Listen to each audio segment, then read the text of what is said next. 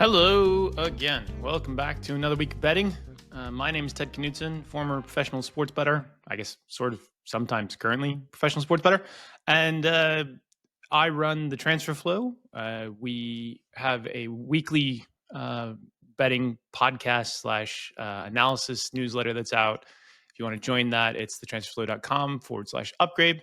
For those of you who are new around here, we often do education type things, but this week we're going to hop right into the betting, partly just because it's been a busy week and there's lots of good stuff to talk about.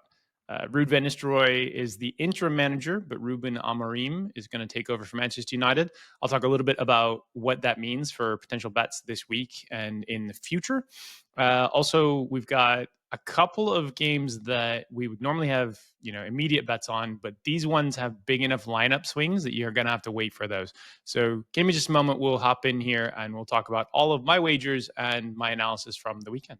All right, hopping in. We've got Liverpool Brighton, which is pretty exciting. My immediate reaction on this one is I have Brighton rated fairly high versus Liverpool. And so a minus 1.5 feels like a lot.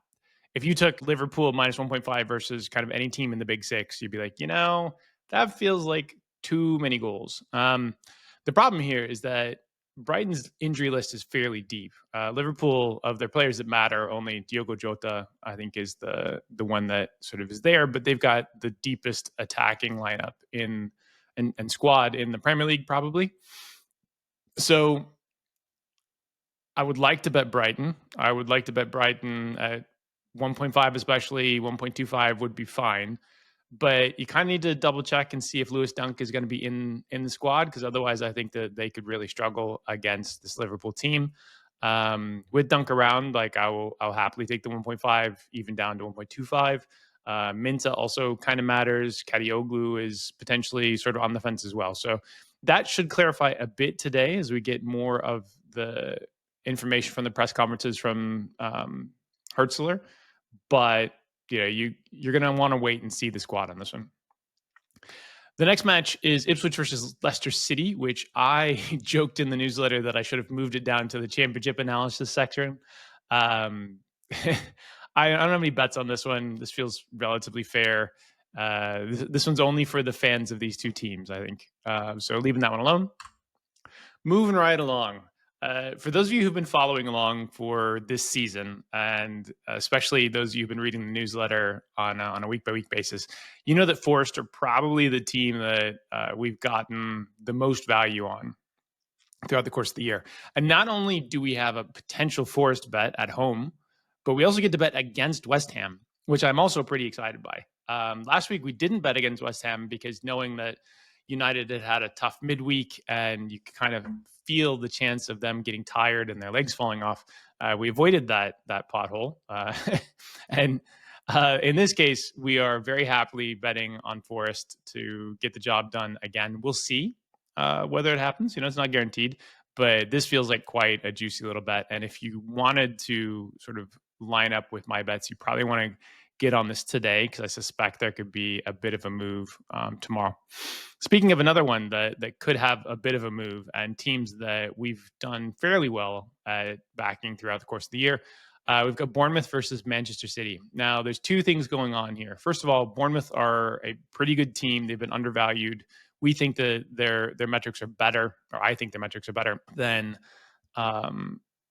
their sort of natural expectation there. And they could be tough against good teams. And the other side of this is City, who have an actual injury crisis and are still sitting in a tough spot trying to figure out exactly how they're going to play now that Rodri is out for the rest of the year.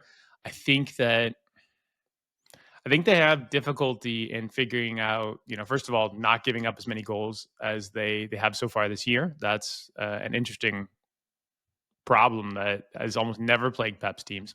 And the other side of it is, if they're playing defensively sound, can they put up and score a lot of goals against teams? And they haven't proven to be able to do that yet so far this season. So I like Bournemouth at home. If you do like them, I think this line has already moved probably 5-6 cents. But it's something that you might want to get on today, if knowing that this is airing on a Friday.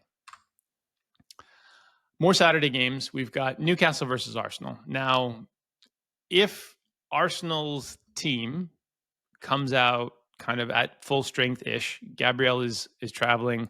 I think Saliba's back from a red card. Calafiori's out, but that's expected. Timber is unknown. Saka had a little run out in the midweek. For some reason, Mikel Arteta does not seem to like resting his teams nearly as much as he should, especially in these cup matches.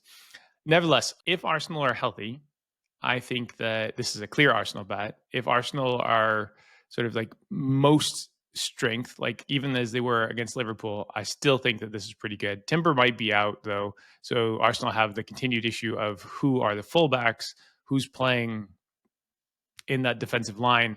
White is also an unknown, so I would like to bet Arsenal here, but the problem is which players are playing. I need to see the lineups to sort of feel comfortable putting that in. I don't think Newcastle were great last weekend against Chelsea. I thought the ref kept them in that a bit, and then Sanchez just could not kick, which meant Newcastle had a very easy time attacking Chelsea's initial build-up play, even if they struggled later.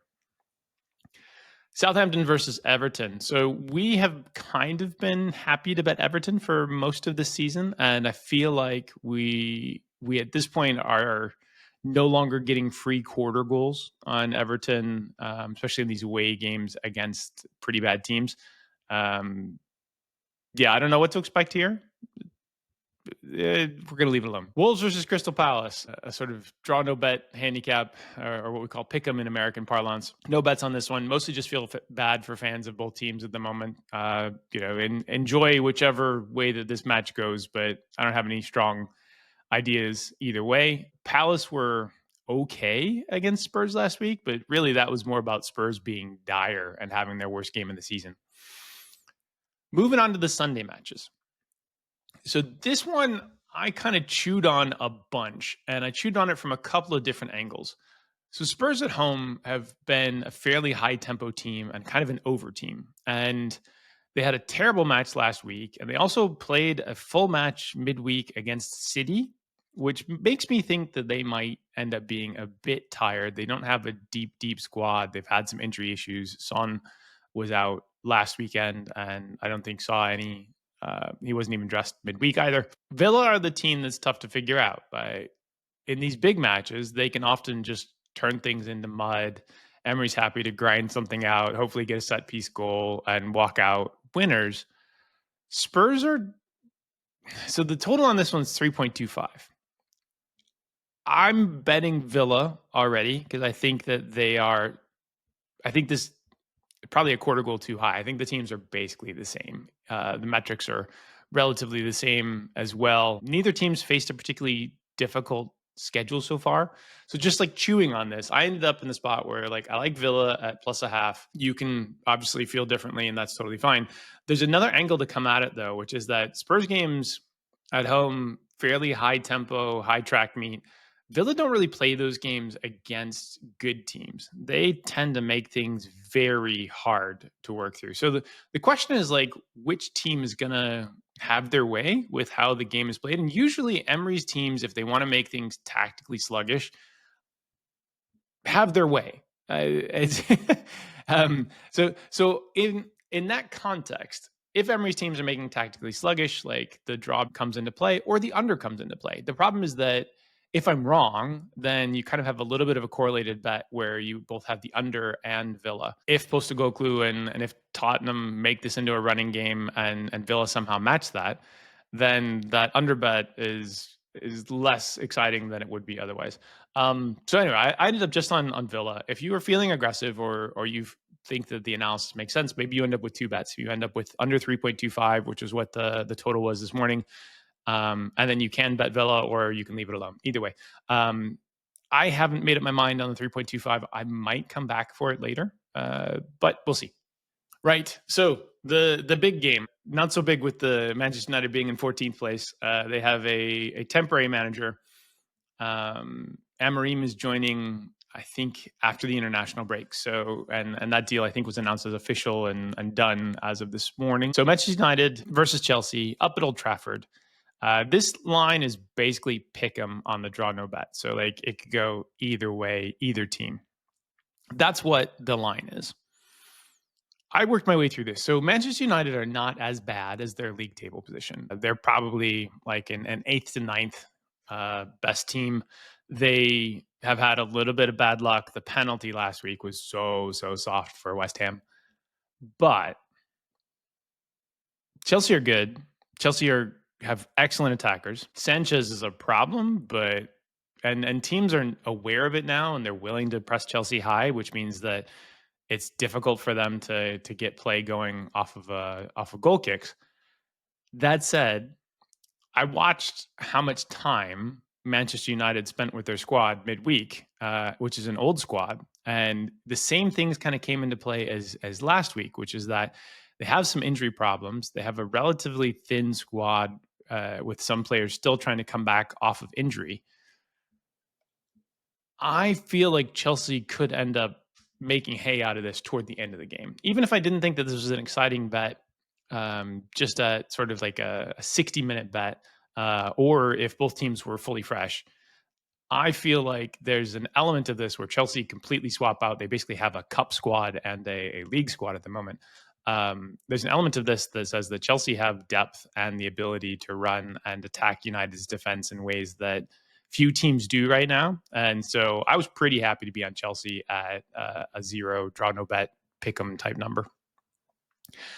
The Monday game is the only game in London this weekend, which is ironic because it's half term and I wanted to take my kid to go see a game, and that didn't turn out to be available to us. So it's Fulham versus Brentford. Nice little derby. For those of you who've been following along for the season know that we think Fulham are pretty good and have had some nice return off of betting Fulham. Brentford are probably better than their metrics when they're healthy, and they are getting healthier, which is good for them. I think if they were able to go into the international break in November, which is a week or two away, and sort of stabilize that team and get most of their squad back, like you probably see a quarter goal bump in their metrics by themselves. Like they have really suffered from some of their better players and more important players being injured.